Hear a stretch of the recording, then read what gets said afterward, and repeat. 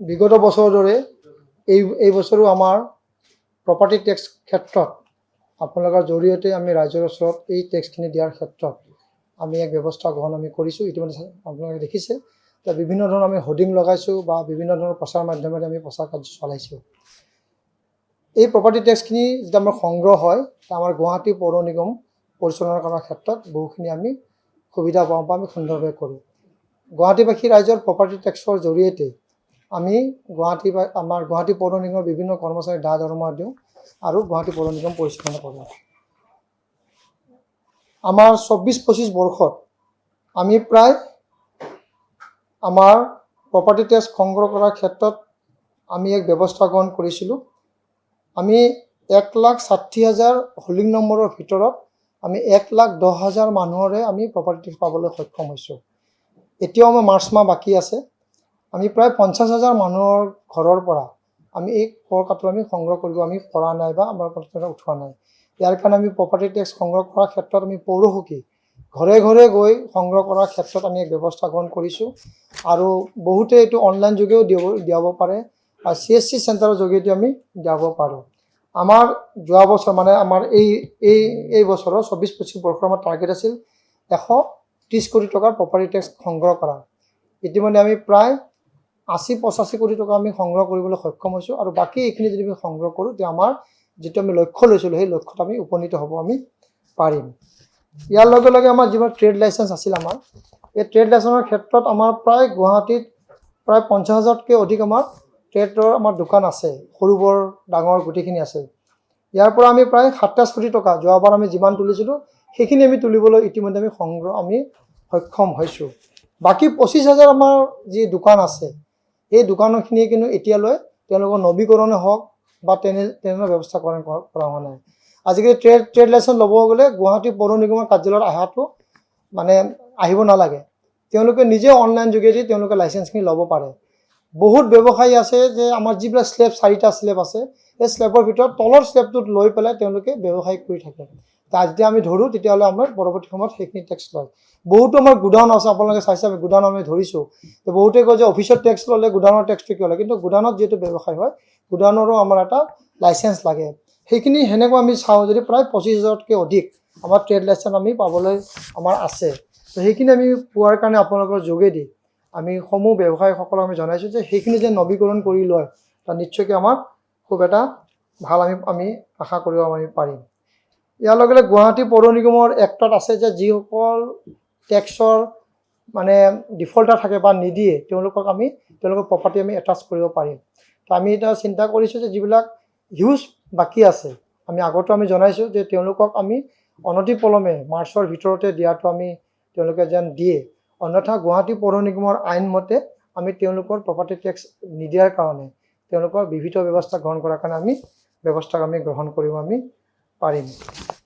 আমি চিন্তা কৰিছোঁ যিসকলে ডিফল্টাৰ আছে তেওঁলোকৰ বিৰুদ্ধে আমি ব্যৱস্থা কৰিছোঁ। যিসকলে ৰেগুলাৰ পে'মেণ্ট কৰি আছে, যিসকলে বছৰৰ পইচা বছৰৰ আগমুহূৰ্ততে দি দিয়ে তেওঁলোকো আমি কিছু যদি আমি সহায় কৰিব পাৰোঁ বা ৰেহাই দিব পাৰোঁ তো নিশ্চয়কৈ গুৱাহাটী পৌৰ নিগমৰ দ্বাৰা কিছু সমানভাৱে কাম কৰা এটা ব্যৱস্থাপন দেখা যাব। সেইকাৰণে অহা এপ্ৰিলৰ ভিতৰত কোনোবা প্ৰপাৰ্টি টেক্স যদি 25-26 বৰ্ষৰ এইটো যদি আমি এপ্ৰিল মাহৰ ভিতৰত আমি পাই যাওঁ তেনেহ'লে তেওঁলোকক 10% আমি ৰেহাই দিয়াৰ ব্যৱস্থাপন ইতিমধ্যে আমি সিদ্ধান্ত গ্ৰহণ কৰিম। ইয়াৰ লগে লগে মে' মাহত যদি কোনোবাই দিয়ে, চাপত কোনোবাৰ এপ্ৰিল মাহত দিয়াৰ কাৰণে অসুবিধা এটা হ'ল, মে' মাহত তেওঁলোকে দিলে মে' মাহত তেওঁলোকক 5% আমি ৰেহাই দিয়াৰ কাৰণে ব্যৱস্থা আমি গ্ৰহণ কৰিম। তো এইধৰণৰ আমি দুটা আপোনালোকৰ জৰিয়তে জনাইছোঁ। যদি এপ্ৰিল মাহৰ ভিতৰত তেওঁলোকৰ 25-26 বৰ্ষৰ পইচাখিনি আমাক দি দিয়ে তো নিশ্চয়কৈ প্ৰথম অৱস্থাত এপ্ৰিল মাহত 10% আৰু মে' মাহত তেওঁলোকক 5% আমি ৰেহাই দিয়াৰ ব্যৱস্থাখন আমি কৰিব পাৰিম। ইয়াৰ লগে আমাৰ বহুখিনি মানুহ আছে যে তেওঁলোকে বছৰৰ পইচাটো বছৰত নিদিয়ে, দেৰিকৈ দিয়ে বা 3-4 বছৰ পিছত দিয়ে। আমি তাৰ কাৰণে GMCৰ নিয়ম মতে আমি 10% তেওঁলোকক আমি পেনাল্টি কৰোঁ বা আমি জৰিমনা কৰোঁ। এতিয়া আমি চিন্তা কৰিছোঁ যে জৰিমনাটো দিয়া ডাঙৰ কথা নহয়, কিন্তু যোনে আমাৰ দেৰিকৈ ডিফল্টাৰ হয় তেওঁলোকক আমি এইখিনি যেন নিদিয়ে তেওঁলোকৰ প্ৰতি আহ্বান জনাইছোঁ। আৰু যদি তেওঁলোকে তেনেকৈ পেণ্ডিং কৰে এইবাৰৰ পৰা আমি পেনাল্টি 20% আমি বৃদ্ধি কৰিম। তেওঁলোকে 10ৰ পৰা 20% তেওঁলোকে দিয়াৰ কাৰণে ব্যৱস্থা গ্ৰহণ কৰিব লাগিব। আৰু 20% দিলে তেওঁলোকে বহুখিনি পেনাল্টি হ'ব। সেইকাৰণে তেওঁলোকে 10% ৰেহাই লোৱাৰ ব্যৱস্থা গ্ৰহণ কৰক, তেওঁলোকে আগতীয়াকৈ পইচাখিনি দিয়াৰ ব্যৱস্থা গ্ৰহণ কৰক। এতিয়ালৈকে আমাৰ প্ৰায় গুৱাহাটী পৌৰ নিগমত আমি এতিয়ালৈকে প্ৰায় 135 কোটি টকা আমি সকলো চ'ৰ্চৰ পৰা আমি কালেকশ্যন কৰিবলৈ সক্ষম হৈছোঁ। আমাৰ এইটো টাৰ্গেট আছে প্ৰায় 200 কোটি টকালৈকে আছে। সেইখিনি আমি যদি কৰিব পাৰোঁ, বিল্ডিং পাৰ্মিশ্যনে হওক বা আমাৰ বিভিন্ন ধৰণৰ ক্ষেত্ৰত আমাৰ মানে এডৰ হওক, এডভাৰটাইজমেণ্টৰ ওপৰত হোৰ্ডিঙৰ ডিপাৰ্টমেণ্টৰ গোপনি কৰাৰ কাৰণে আমি এই চেষ্টাকৰণ আমি কৰি আছোঁ। এইখিনি আপোনালোক আমি জনালোঁ যে আপোনালোকৰ দ্বাৰা গুৱাহাটীবাসী ৰাইজৰ পৰা আমি যিখিনি পাবলগীয়া আমাৰ কৰ কাটন আছে সেইখিনি যেন আমি পাব পাৰোঁ, তাৰ কাৰণে আপোনালোকৰ ওচৰত আমি আপোনালোকৰ জৰিয়তে জনোৱাৰ কাৰণে আমি চিন্তা চৰ্চা কৰিছোঁ। আগন্তুক দিনত গুৱাহাটী পৌৰ নিগমে গুৱাহাটীবাসী ৰাইজৰ সেৱাত যিখিনি আমি কাম কৰিছোঁ সেইখিনি কাম যে আৰু সুন্দৰকৈ হয় তাৰ কাৰণে আমি চিন্তা চৰ্চা কৰিছোঁ। আৰু ইতিমধ্যে যিসকলৰ বহুখিনি টকা পেণ্ডিং আছে তেনেকুৱা তালিকা আমাৰ হাতত আছে, তেওঁলোকক আমি পৰৱৰ্তী সময়ত তেওঁলোকক আমি বিহিত ব্যৱস্থা গ্ৰহণ কৰাৰ কাৰণে আমি ব্যৱস্থা আমি গ্ৰহণ কৰিম। তো এইখিনিয়ে আছিলে, ধন্যবাদ। বৰ্তমানলৈকে আমাৰ প্ৰপাৰ্টি টেক্স আমাৰ প্ৰায় 82 কোটি টকা আমাৰ কালেকশ্যন হৈছে। আমাৰ টাৰ্গেট আছে 130 কোটি। আৰু এতিয়া আমাৰ যিহেতু আজি হ'ল কিমান তাৰিখ, 6 তাৰিখ, 5 তাৰিখ আৰু 25টা দিন আছে আমাৰ আহে, আৰু মাৰ্চৰ শেষলৈকে বহুখিনি দি দিয়ে।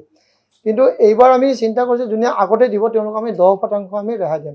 আৰু এইবাৰ আপোনালোকৰ ট্ৰেড লাইচেন্সৰ ক্ষেত্ৰতো আপোনালোকক জনাই দিয়ে, সেইটো মই পাহৰি আছিলোঁ। যিসকল ব্যৱসায়ীয়ে পিছত ট্ৰেড লাইচেন্স লয়, কিন্তু ব্যৱসায় কৰাৰ আগতে ট্ৰেড লাইচেন্স ল'ব লাগে। যিসকল ব্যৱসায়ী যদি এপ্ৰিল আৰু মে' মাহৰ ভিতৰত তেওঁলোকে ট্ৰেড লাইচেন্সখিনি নলয় বা ৰিনিউ কৰি নলয়, তেনেহ'লে আমি কিন্তু জুনৰ পৰা তেওঁলোকৰ বিৰুদ্ধে আমি অভিযান আমি চলাম। আৰু তেওঁলোকক তেতিয়াহ'লে দোকানৰ ক্ষেত্ৰত আমি গুৱাহাটী পৌৰ নিগমৰ আইনমতে দোকানৰ পৰা ট্ৰেড লাইচেন্সখিনি কেঞ্চেল কৰাৰ কাৰণে ব্যৱস্থা গ্ৰহণ আমি কৰিম। ব্যৱসায়ত আমি ট্ৰেড লাইচেন্সটো আমি কেঞ্চেল কৰিব পাৰোঁ। প্ৰপাৰ্টি ক্ষেত্ৰত আমি তেওঁলোকৰ প্ৰপাৰ্টি এটাচ পৰ্যন্ত কৰিব পাৰোঁ, আমি মানে জব্দ পৰ্যন্ত কৰিব পৰা যায় গুৱাহাটী পৌৰ নিগমৰ আইনমতে। নাই, আমিতো 31 মাৰ্চলৈকে তেওঁলোকে দিয়াৰ সময়সীমা আছে। 31 মাৰ্চৰ পিছত সেইটো আমি ব্যৱস্থা গ্ৰহণ আমি কৰিব লাগিব। এপ্ৰিলত যদি তেওঁলোকে দিয়ে তেনেহ'লে 10% তেওঁলোকক আমি ৰিবেট দি দিম। আৰু মে' মাহত যে কোনোবা ধৰক এপ্ৰিলত দিব নোৱাৰে, তেনে মে'টো দিব পাৰে কিছুমানে, মে'ৰ কাৰণে আমি 5% আমি ৰেহাই দিয়াৰ ব্যৱস্থা কৰিম আগতীয়াকৈ দিলে। মানে সেইটো বছৰ 25-26ৰ কাৰণে, 25-26ৰ কাৰণে।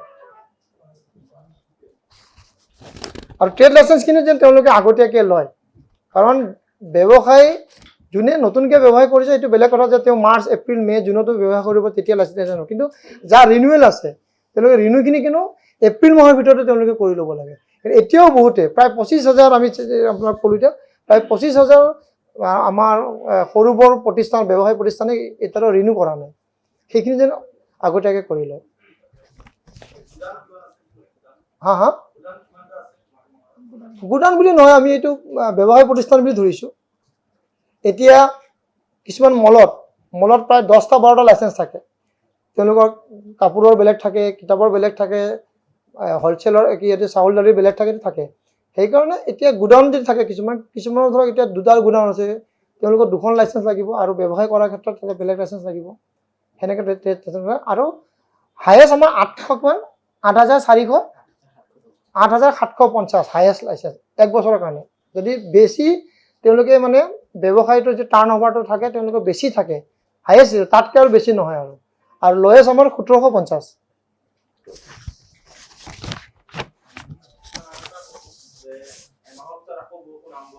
আজি আমাৰ টেক্সখিনি যাক, কাৰণ আজি আমাৰ টেক্সটো সংগ্ৰহ নকৰিলে নালা চাফা কৰিব নোৱাৰিম আমি পিছত। কিন্তু এইটো বস্তু ভালকৈ ওলাই যাব লাগিব, এইটো মানে অফ দ্য ৰেকৰ্ড আৰু, কাৰণ এইটো হ'লে আমাৰ সুবিধা আছে। সেইটো খাবৰ মানে আমাৰ নলা নৰ্দমাৰ এতিয়া গুৱাহাটী পৌৰ নিগমৰ পৰা প্ৰায় আমি 306 আৰু এইফালে 100 প্ৰায় 400তকৈ আমি অধিক সৰু বৰ নলা আমি চাফ চাফা কৰাৰ কাৰণে ইতিমধ্যে আমাৰ টেণ্ডাৰ আমাৰ হৈ গ'ল। আমাৰ কিছু ক্ষেত্ৰত আমি এল'ই দিছোঁ। আৰু 5খন নদী আমাৰ আছে, ভৰলু, মৰা ভৰলু, বশিষ্ঠ, আমাৰ লক্ষ্মীজান, বাহিনী। এই 5খন নদীৰ কাম এতিয়া আমি আৰম্ভই কৰিছোঁ। মৰা ভৰলুটো আমি আৰম্ভ কৰিছোঁ, ভৰলুটো আৰম্ভ কৰিছোঁ। নলা নৰ্দমা বাৰিষাৰ কাৰণে চাফ চিকুণ আৰম্ভ হৈছে। আৰু গোটেইখিনি কৰিছে। আৰু নলা নৰ্দমাখিনিও আমি ইয়াৰে বহুখিনি আমাৰ টেণ্ডাৰ হৈ গৈছে, বহুতে আমি LOI আমি দিছোঁ, কিছুমান আমি ৱাৰ্ক অৰ্ডাৰ দিছোঁ। তেওঁলোকৰ কাম আমি অহা 15 তাৰিখৰ ভিতৰত তেওঁলোকৰ কামখিনি আমি আৰম্ভ কৰাৰ কাৰণে ইতিমধ্যে আমাক তেওঁলোকক জনোৱা হৈছে। আমি এইবাৰ নলাৰ সংখ্যা আমি বৃদ্ধি কৰিছোঁ আৰু PWD আৰু বহুখিনি নলা চাফা কৰি আছে। সেইখিনি কিমান কৰিছে আমি গম নাপাওঁ, সেইখিনি কৰিছে। সেইকাৰণে গুৱাহাটী পৌৰ নিগম আৰু PWD এইখিনি কাম কৰাৰ কাৰণে ব্যৱস্থা গ্ৰহণ কৰিছে। ইয়াৰ লগে লগে আমাৰ ছুপাৰ চকাৰ জৰিয়তে যিবিলাক ডাঙৰ ডাঙৰ নলা আছে, GS ৰোডত আমি সম্পূৰ্ণ GS ৰোডত আমি ছুপাৰ চকাৰ দি আমি চাফা কৰিম।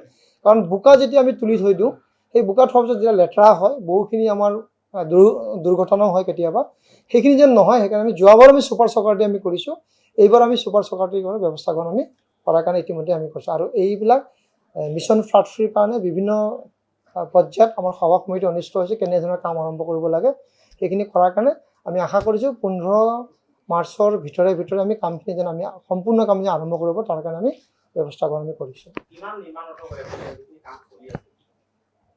আমি নলা নৰ্দমা চাফা কৰাৰ কথা নলা নৰ্দমাটো বহুতখিনি নলা নৰ্দমা আমাৰ নিৰ্মাণ চলি আছে।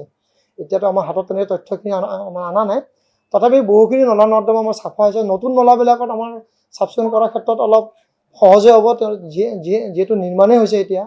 বাকী পুৰণা নলাখিনি আমি কৰাৰ কাৰণে ব্যৱস্থা গ্ৰহণ কৰিছোঁ। নাই, নলাটো বহুত ক্ষেত্ৰত PWD বনাই আছে আৰু এইখিনিয়ে ধৰক এতিয়াও সময় আছে, ঠিকাদাৰকটো বিল চিল তেনেকৈ দিয়া নাই চাগে, সেইখিনি চাফা কৰা হ'ব। কোনো ধৰণৰ নলাত পানী যোৱাৰ কাৰণে যেন বাধা থাকিব সেইটো হ'ব নোৱাৰে।